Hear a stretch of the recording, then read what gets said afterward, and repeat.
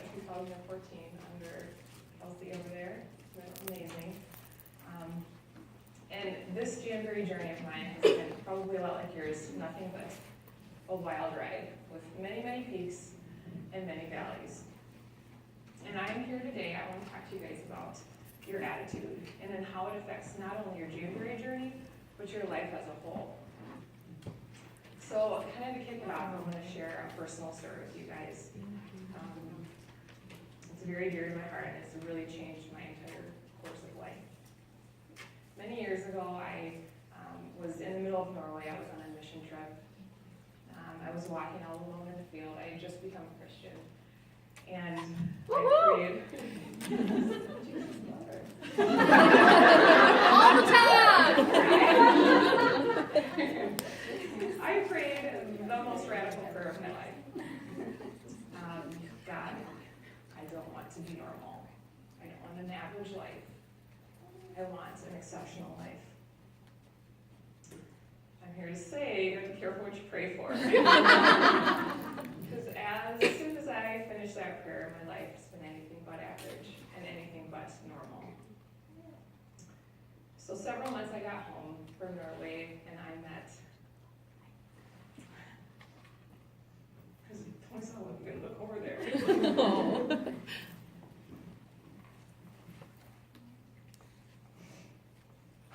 You can do it.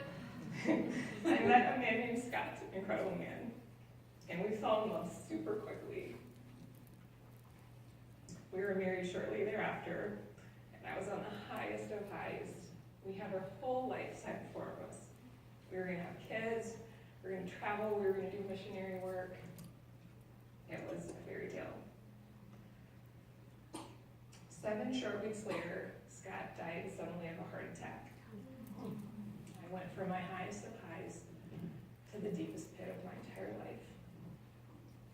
While I never want to experience this type of pain ever again, I treasure that raw and broken, desperate spirit that I had.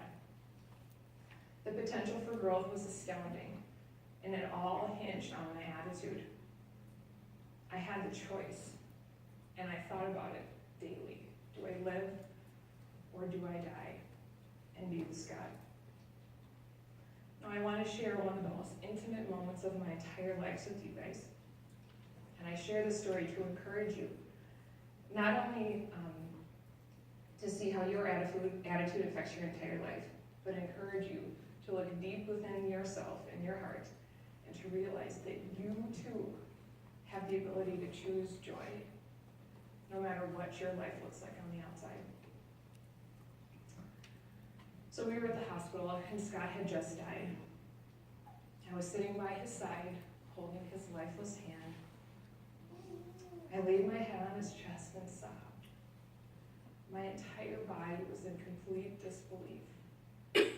How in the world did this just happen?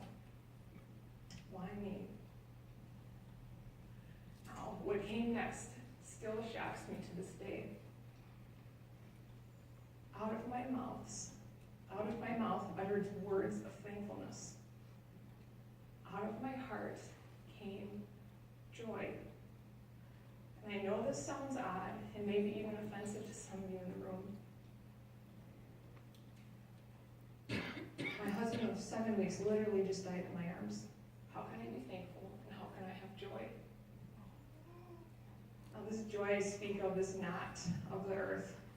It's not happiness. It's not the excitement you feel when you get a present you've been hoping for or you do well on a test.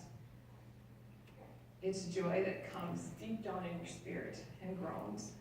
It's joy that holds you up when your world comes crashing down. It's a joy that knows God is in control and He is so good no matter what. As I lay there, tears flowing from my eyes, my mouth started speaking. Thank you, God. Thank you for giving me this man to love, even if it was for 7 weeks. Thank you. My dad was behind me. I turned to him and thanked him for the most fairy tale extravagant wedding we had just had. Thank you notes weren't even written. It was this deep-seated joy that was deep within me that allowed me to have an attitude of gratitude in the deepest, darkest pit of my life. Now, I can tell you that the next moments, days, weeks, and years were not always filled with thankfulness.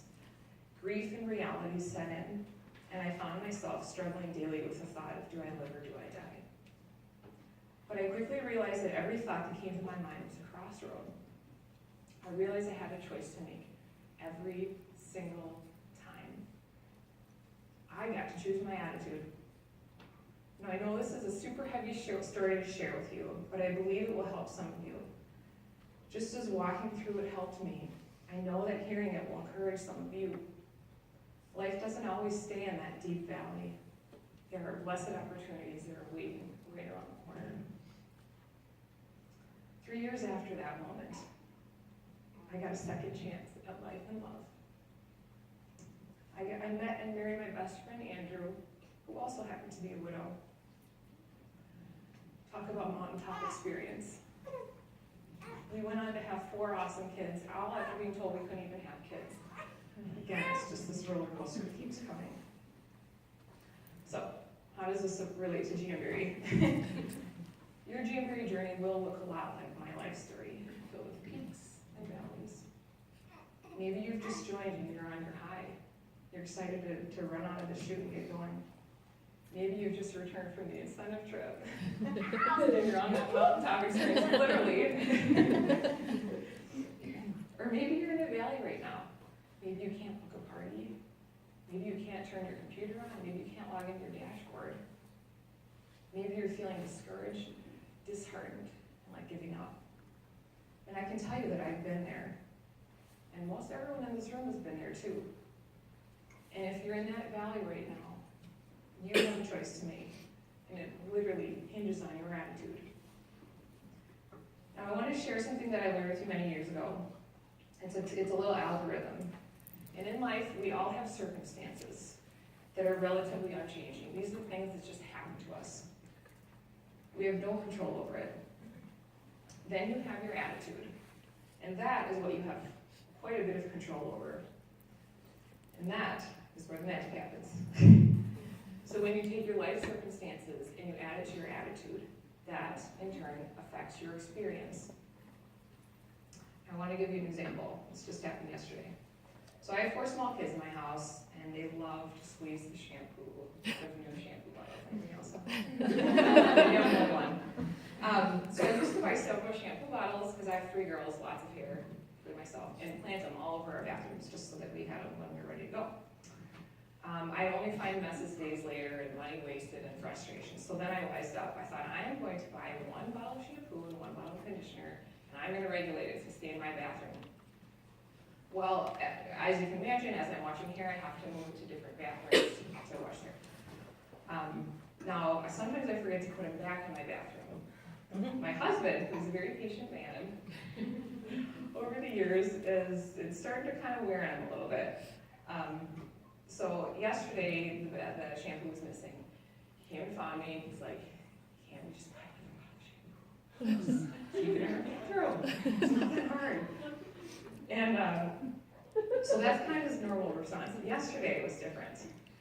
I was expecting him, he yelled for me. I was expecting him to, to give the lecture about buying another bottle of shampoo. But instead, he came up to me and said, thank you for buying shampoo for our family. I was like, what? You're welcome. It's amazing. So can you guys say, like, circumstance, 1 bottle of shampoo, his attitude, he chose joy and gratefulness, and it totally affected the entire day. I was so happy the rest of the day. So, before I conclude here, I want to give you guys 3 helpful tips that will help you navigate your way when the valleys do come. And I promise you they will come. And by the way, I was thinking about this. I think some of us, for some reason, think that we're surprised by hardships. We're surprised by struggles when they come. Like, why can't this happen to me? But we're not immune to it. It happens to everybody.